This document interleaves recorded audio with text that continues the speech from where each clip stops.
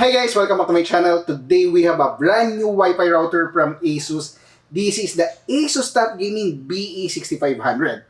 Before we begin, I would like to say thanks to our friends from ASUS Philippines for sending us this unit to test and review. Alright, let's jump in and check what is inside the box of this unit.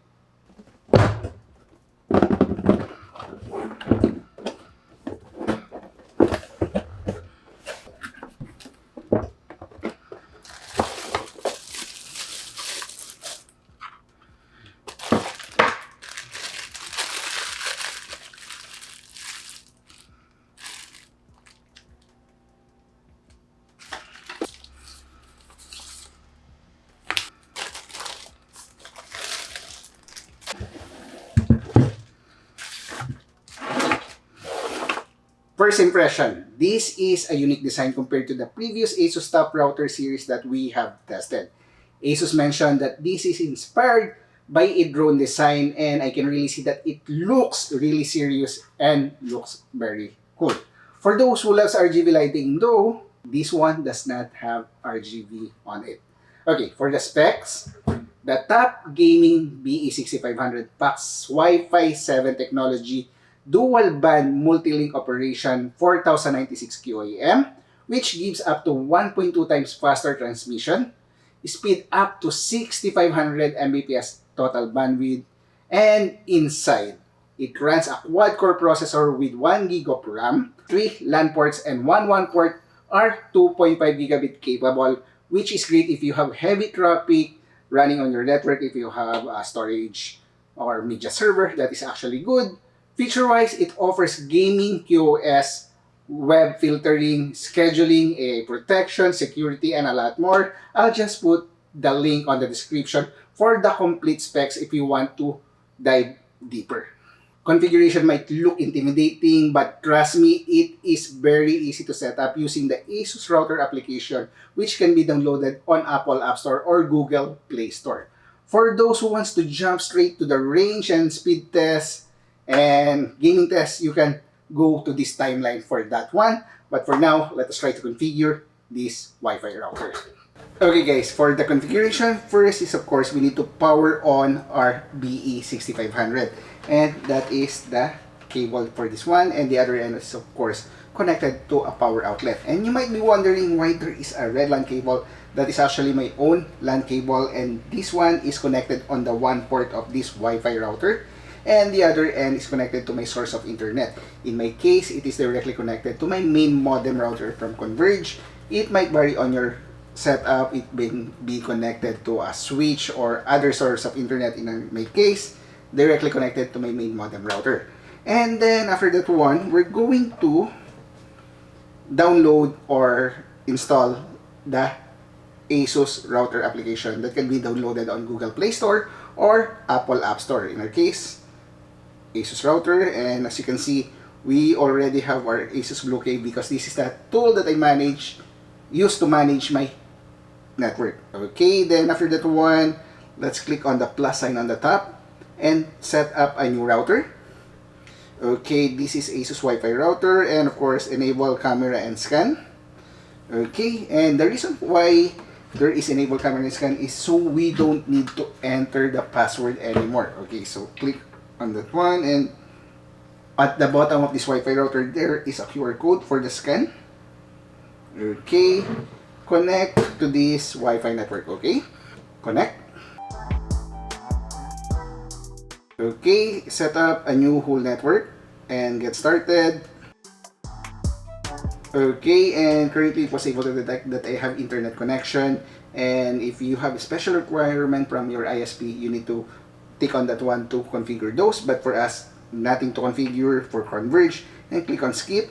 Then of course the Wi-Fi SSID that you need to set to identify your Wi-Fi network. So for us, let's just name this one BE6500 test 1 2 3 4 for the meantime. And of course, in your case, you don't need to enable the separate Wi-Fi network. In our case, we're going to tick on that one so our 2.4 and 5 GHz can be seen later on when we test our Wi-Fi router for the range. Okay, so right now we have BE6500 for the 2.4, and BE6500 underscore 5G for the 5 GHz Wi-Fi network. Then after that one, just click next. And for the IoT network, so maybe later. Then of course, the local admin account, you need to configure this as well. Okay, then hit apply. Setting up your network. New firmware available, you can upload it, but for me later on. Okay, reactivate network.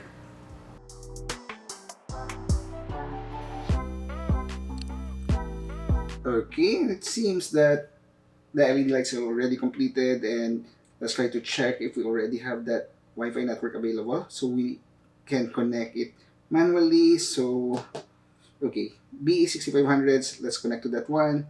And the password that we have set a while ago is test1, 2, 3, 4, just to make sure. Okay, and hit connect. Okay, and let's go back to the system setup. Okay, and connected. Then okay, then after that one, network optimization, and it will do additional configuration for that one. And there you have it. We have here our Wi-Fi name for the SSID, and of course the user admin, and click finish. And there you have it. We already have our BE6500 configured. If you want to enable remote connection, so when you're not at home, you can still manage this one. You can enable that for us. We will skip.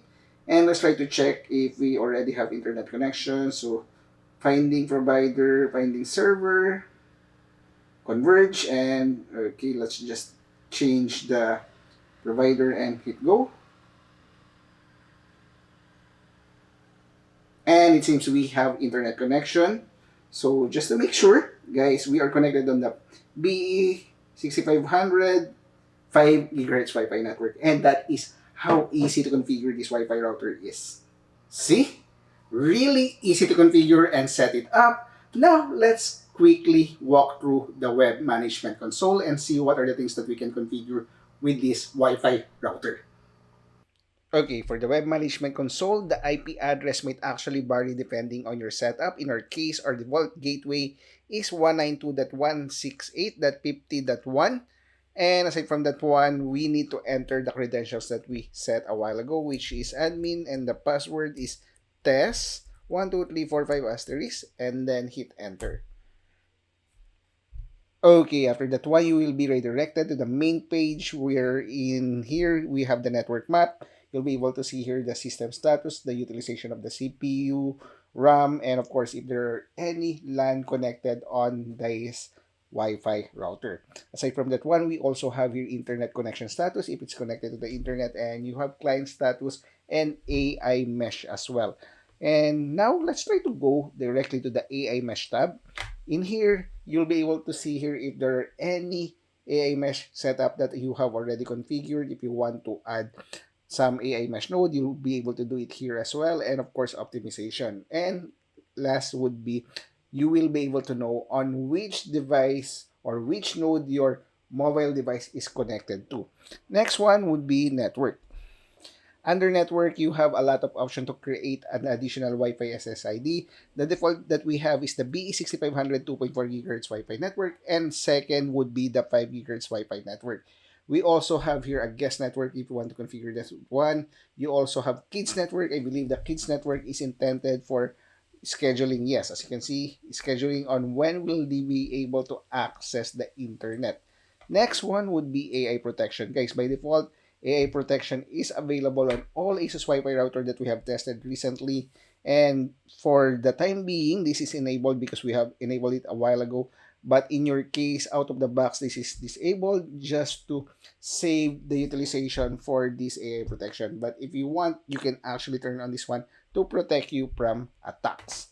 Okay, then aside from that one, we have here malicious site blocking, okay, and two-way IPS, and infected device prevention and blocking. Those are the things that you can actually benefit from this AI protection. Next is parental controls. For the parental controls, guys, again, this is disabled by default. You can set in here if you want to filter a specific site or content, like for example, adult black, adult mature content, prevent children from visiting, something like that one. If you want to check it further, you can click on this one. You'll be able to see or identify which one is actually you need for the filtering. Aside from that one, we also have your time scheduling on when they will be able to access the internet. Last would be the ad guard. Next is Game Boost.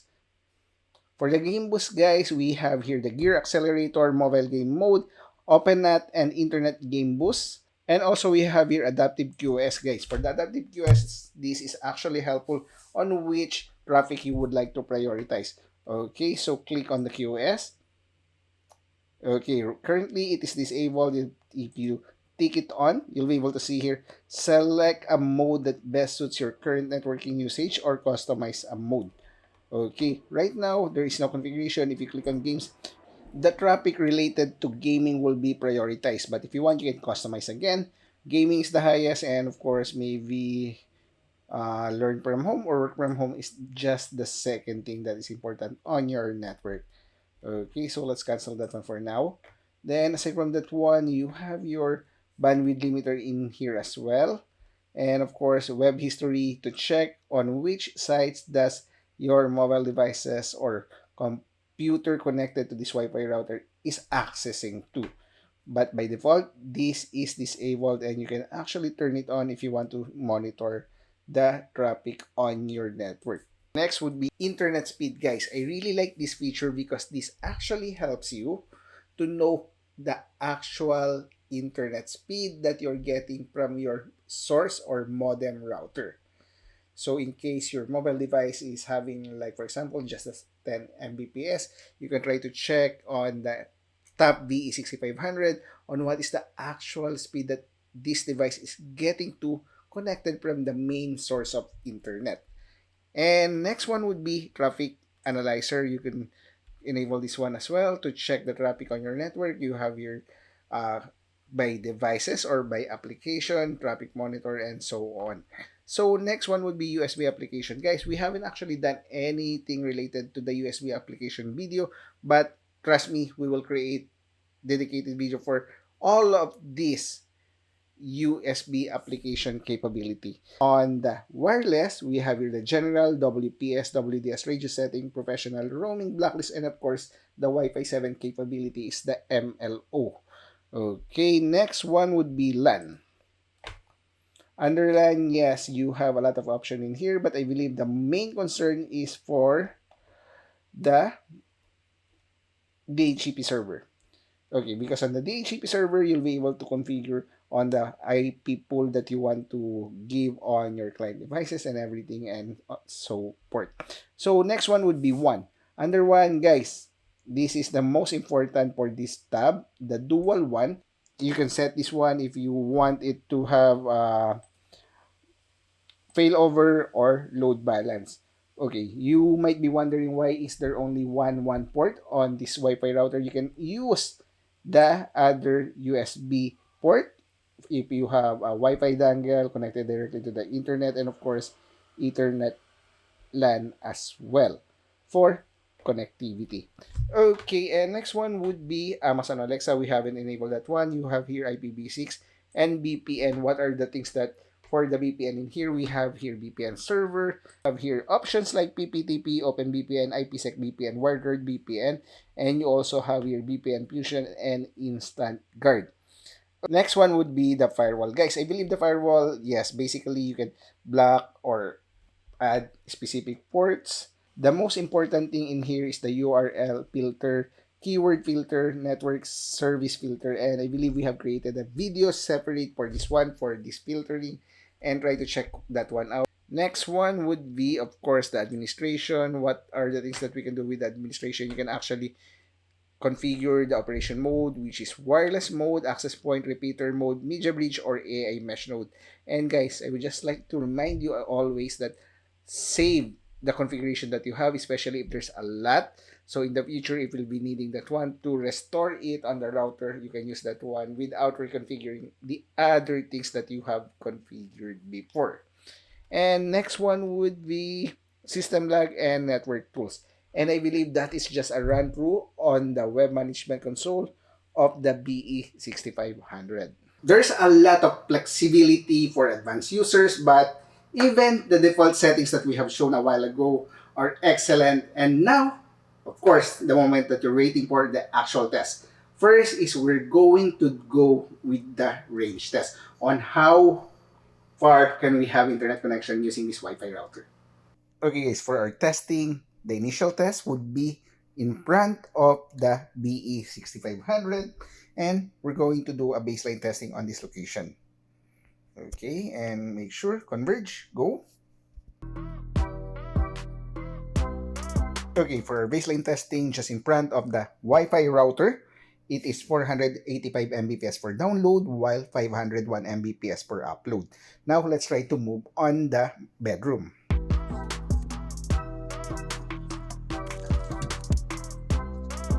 Okay, right now the door is closed, and of course the Wi-Fi router is on the other side of the other room. And let's hit test again on this location. Okay, and currently we are able to get 495 Mbps per download while 336 Mbps per upload. Now let's try to move on the other room.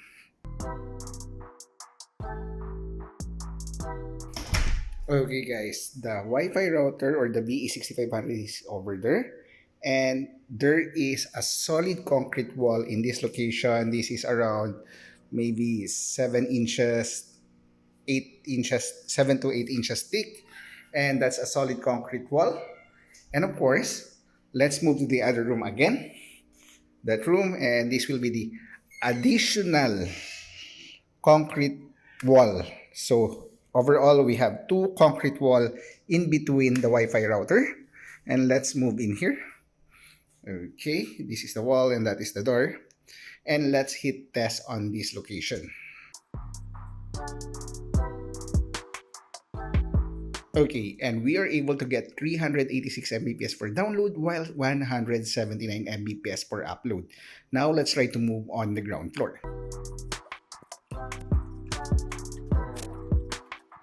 Okay guys, as you can see, there is a concrete flooring on the second floor, and it's actually really thick. And we are here on the ground floor, and as you can see, the 5 GHz Wi-Fi signal actually fluctuated.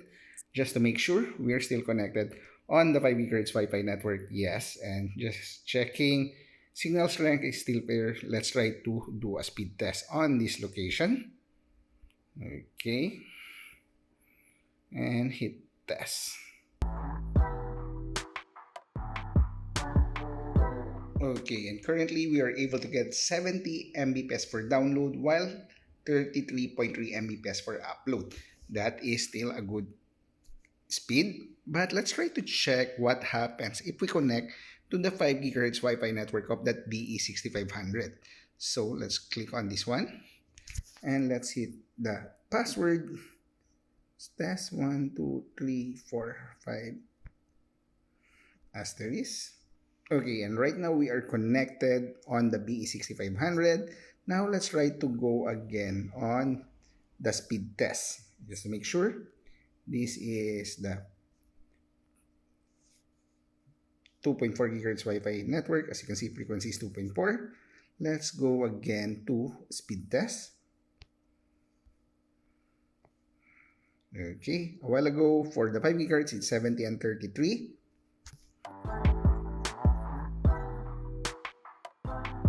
Okay, and as you can see, we are still able to get internet connection for the 2.4 GHz Wi-Fi network, and download is 42.5 Mbps while 18.6 for the upload. Now let's try to move on the roof deck.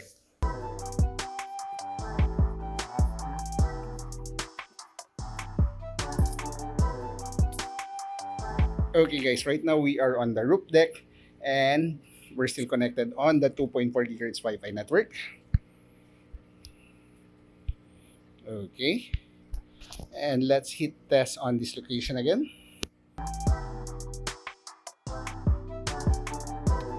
And there you have it guys.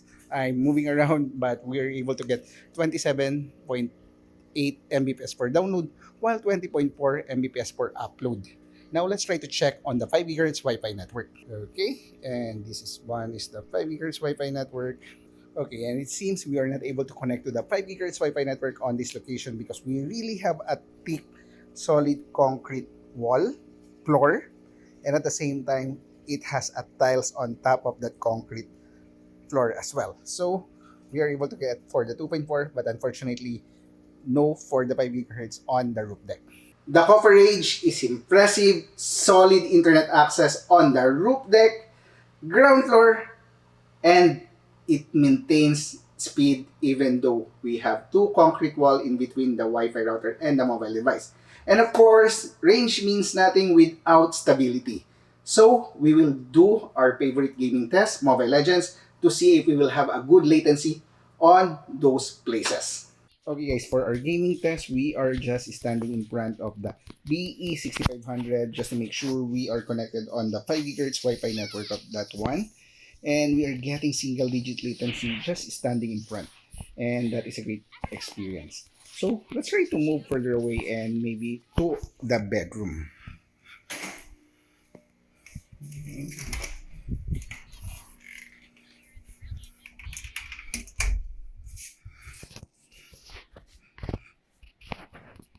Okay guys, right now we are on the bedroom, and just to remind you that is a solid wooden door and it's actually thick, and we are still getting single digit latency on this location.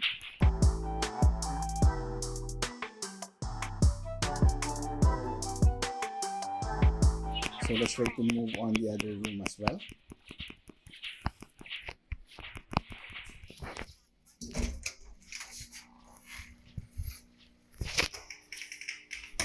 Okay guys, right now we're going to do the double wall barrier. This is the first concrete wall. Again, that is the router. And this is the second concrete wall. As you can see, no line of sight. And we are at the back of this solid concrete wall. And let's try to check our experience.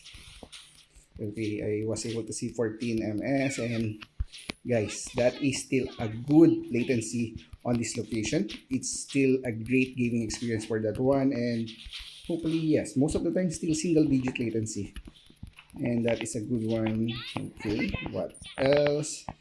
So double wall penetration still good. So let's try to move again on the ground floor where we have a lower speed test a while ago.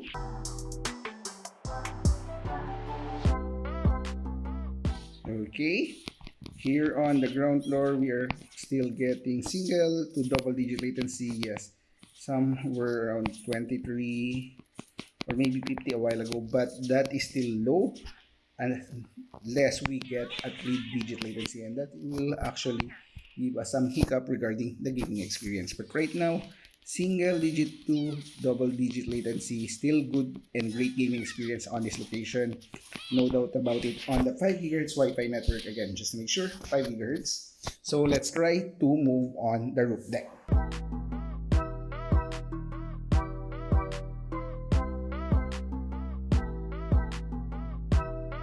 Okay guys, right now we are on the roof deck, and as you can see, we are getting 3-digit latency, and that is actually not a great gaming experience, but let's try to play some more. Single, double, double, single digit. Yes, I'm not sure, but a while ago it's a 3-digit latency. But still, we're still able to play on this location on the 5 GHz Wi-Fi network. Yes, as you can see, it's 5 GHz. Okay. Yes, I can definitely say it's still playable on this location. Yeah, 67, and there you go guys for the gaming experience on this BE6500.